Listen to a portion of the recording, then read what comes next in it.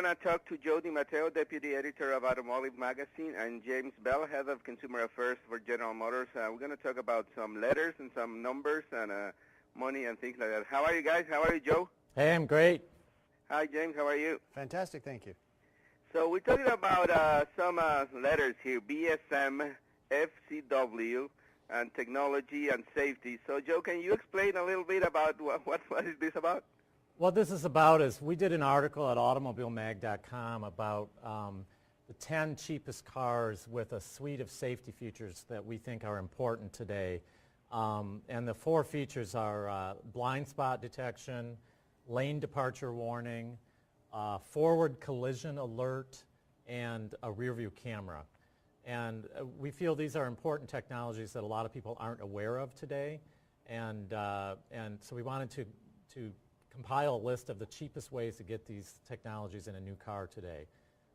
So yeah, and some of these technologies used to be only like very high-end luxury cars, and now they're coming down the pipe and like very accessible. No, so what are some of the cars that are that have these kind of technologies nowadays, and how much are they? Well, the least expensive one that we found, we have here in our studio with us today, and it's a Buick Verano, which starts at just under $26,000.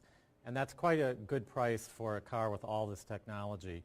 The 10 cars we have kind of averaged about $30,000, which is right in the sweet spot of where people buy new cars today, because I believe the average transaction price is about $31,000.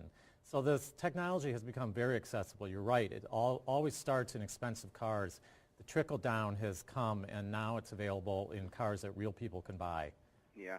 And James, in General Motors, I think they've been implementing all these technologies in various ways, because I think even the Spark has, which is one of the less expensive cars and smaller vehicles that GM has, they have amazing technology also that can be adapted through the apps in the phone, right? Oh yeah, absolutely. I mean, it's been a big focus for General Motors to try to, democratize this technology into as many different vehicles at as many different price points as possible. A great example of that is the Buick Encore, which actually, I'll tell you a little story. I just purchased one of these for my wife, and she went for a little drive in it and came back and said, "There's this little light flashing in the mirror. What's going on here?" And I was very happy to explain to her that that's blind spot monitoring. That's actually sensors in the back of the vehicle that are watching the space that maybe is not easy to pick up in the mirror, or even if you crane your neck around, you're not going to see quite well. And so I told her that's it might seem a little irritating at first, but when you know what it is, it's something that you're really very, very happy to see and pay close attention to. Another important one, I think, is lane departure warning systems, which, of course, is not a new technology per se, but I think it's important that it's available on, as Joe points out, very affordable cars today, many of which happen to be from General Motors. So, and, of course, lane departure is watching the road, kind of keeping an eye on the lane markers, and if you start to drift out, or if the car senses that you're not paying as much attention as you should, it will give you a little a beep in the car, or a little light will pop on. Certain vehicles will even make the seat vibrate a little bit to remind you to pay attention to the road. And forward collision alert is, as Joe also mentioned, I think is something that's really going to save a lot of lives and a lot of damage to cars. Of course, there's sensors in the vehicle that are watching the road ahead. If it picks up the fact that you're continuing to apply the throttle and not noticing the cars ahead of you are slowing down, it will pre-tension the brakes, pre-tension the safety belt, and give you some warnings to let you know the traffic up ahead is coming to a slow. Yeah, and in some points, I mean, the fantastic technologies are getting us to a point, like pretty far ahead maybe, I don't know, to get to autonomous driving or semi-autonomous driving, right? Absolutely. I mean, when you take a lot of these functions that are, people are very comfortable with and know that they work very well in so many cars today, and you start to merge them and get them to kind of speak to one another, that's going to be our first step towards autonomous driving. Autonomous driving initially is not going to necessarily mean jump in the car, push a button and say, "Take me to grandma's house." It's going to be using these systems that we see work so well today in a unified way to really, bring a lot of safety to our drive. Yeah. And Joe, as James was pointing out, like his wife didn't identify the technology in the car immediately, and some of these things are pretty advanced for most of the people. I mean, you and I like drive cars all the time, and we are like almost seeing everything almost immediately or before it hits the market. But for some people, these take some time to learn and adapt and like to get comfortable with, right? Absolutely, and that's one reason we wanted to bring it to the attention of consumers, because you know, a lot of consumers aren't even aware of what anti-lock brakes and stability control are. Yeah, and those came out like years and years ago. Right. And luckily now stability control is standard on all cars as of 2012, which is a great thing because it's a very important safety advance. So we wanted to help bring these technologies to the attention of consumers and let them know that they're available today on affordable cars. And that was the point of our exercise.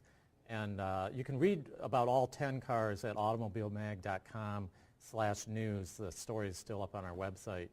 And one surprise that we found was that 7 of the 10 are American cars. So that was clearly the American car companies are on the leading edge of making these technologies available affordably to more people.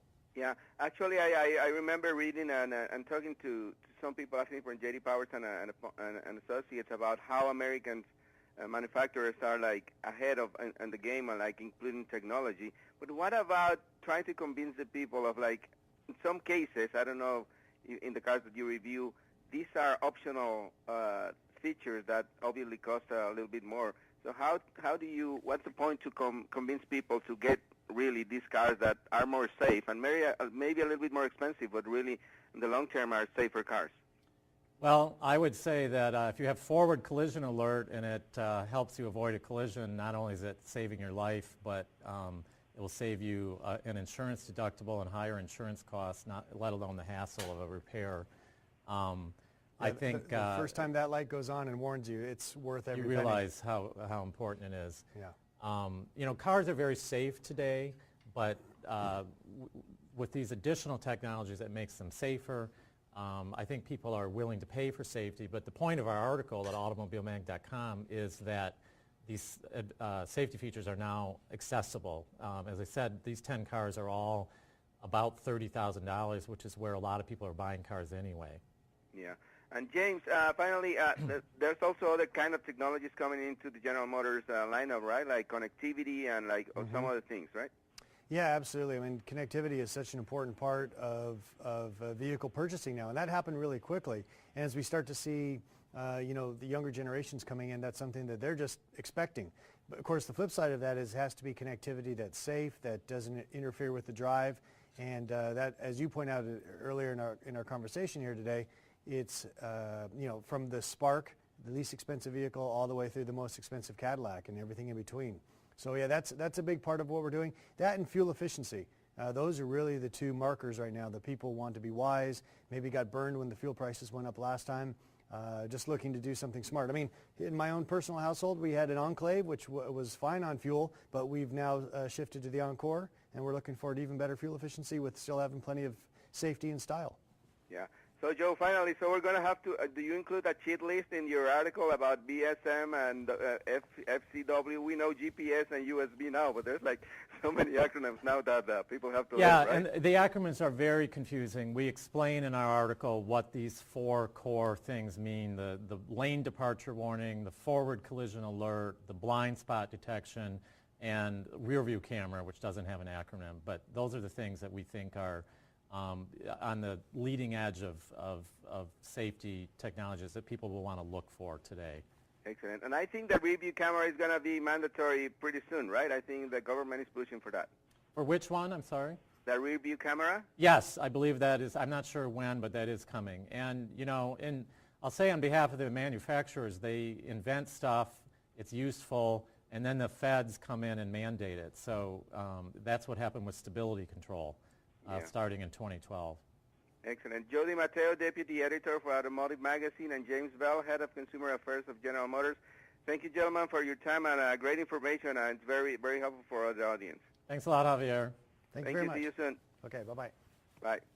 Esos fueron Joe DiMatteo de AutomotiveMagazine.com y James Bell de General Motors hablándonos de cómo estas nuevas tecnologías que en realidad ayudan a evitar accidentes y eventualmente salvar vidas también, ahora están disponibles en autos que empiezan alrededor de los $30,000, así que no hay excusa, no hay que tenerle miedo a cuando quizá el vendedor de autos nos ofrece estas opciones, pero antes de llegar a ese punto es mucho más recomendable ir a las páginas de internet de General Motors o de cualquier otro tipo de fabricantes para empezar a configurar el auto y ir aprendiendo un poco antes, y así no nos sorprenden cuando llegamos.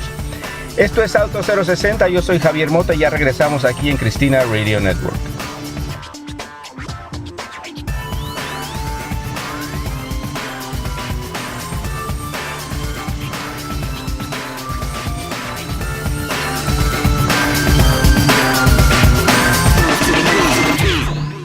Este programa fue una producción de National Latino Broadcasting.